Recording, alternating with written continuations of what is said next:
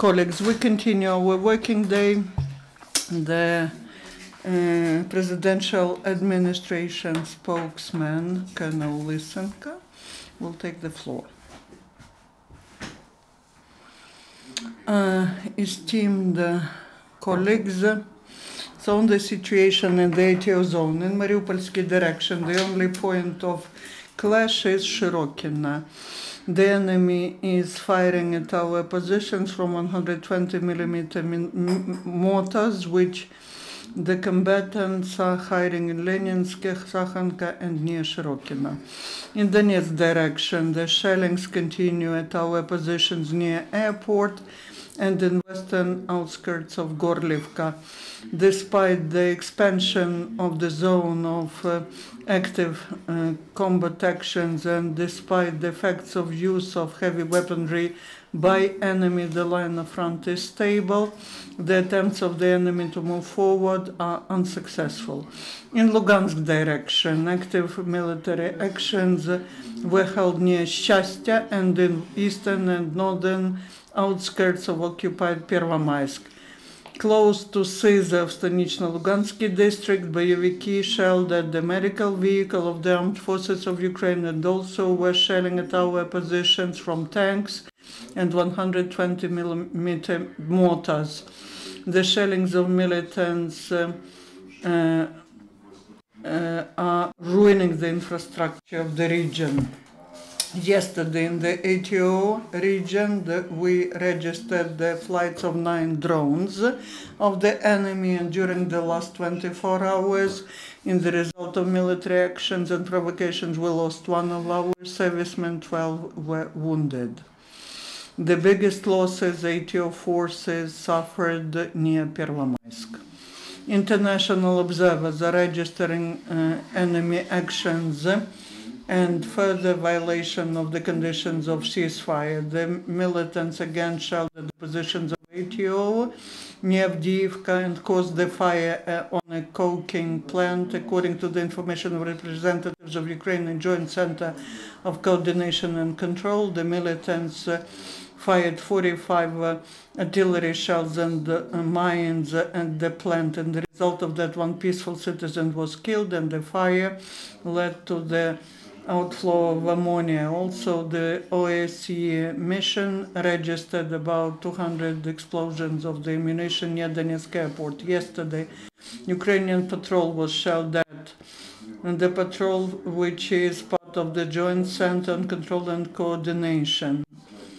And the attack was held in Volnovakha district of Donetsk region, and the result of shelling, 1 of the vehicles was damaged. The Renault victims. Ukrainian law enforcers are successfully conducting anti-terrorist measures. The Security Service of Ukraine revealed the participants of the criminal network in the Donetsk region, which were collecting money for militants from the DNR band. The organizer of the criminal group is the citizen of Donetsk that was sentenced 3 times, that was placing in the internet the announcements and was demanding money from people for providing different services. And the result of that, they robbed people for the sum of 200,000 hryvnia.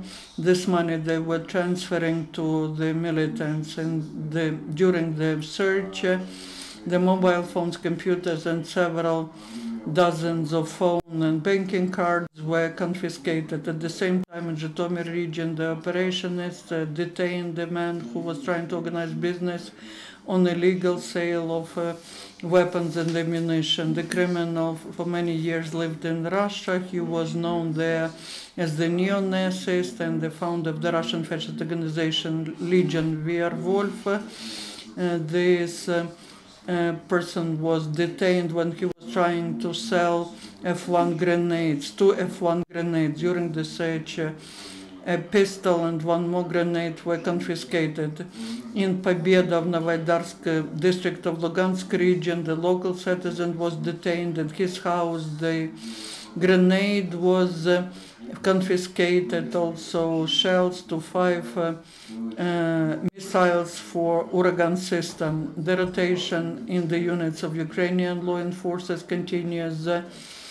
The joint team of law enforcement of Volyn went to the zone of ATO of a militiamen. This is the 11th rotation. In the east, they will be ensuring the defense of the public order on liberated territories. Most of the servicemen are well trained because most of them have been to the ATO zone.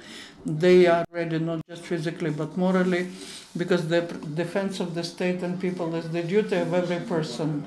Also, Poltava law enforcement started to the ATO and the serviceman from the special unit Kremenchuk has received 15 special ideas and participants of the combat actions, and more than 90 such ideas were awarded to the servicemen from Poltava. In general, some 150 servicemen from Poltavshina received such special status. Ternopil special battalion returned back from the east of Ukraine, and more than 100 law enforcement hold their service in the ATO zone. Now they are changed with their colleagues. More than 100 of risky situations were survived by the servicemen, and they will spend several days among their relatives. Happily, they returned in full membership and everything as well. Could you comment on the fact that the Russia, the border of Rostov Oblast, is erecting a rampart, and they say that they want to prevent the flow of weapons? The Russian Federation has been constructing fortification erections along the border. They have the presence of more than 40,000 of servicemen from the Russian army and the Ministry of Interior Forces. These structures, fortification structures, are designed to prevent possible coming back of the militants who currently are fighting in the eastern Ukraine. They and those fortification constructions are designed to prevent the coming back of militants with heavy machinery.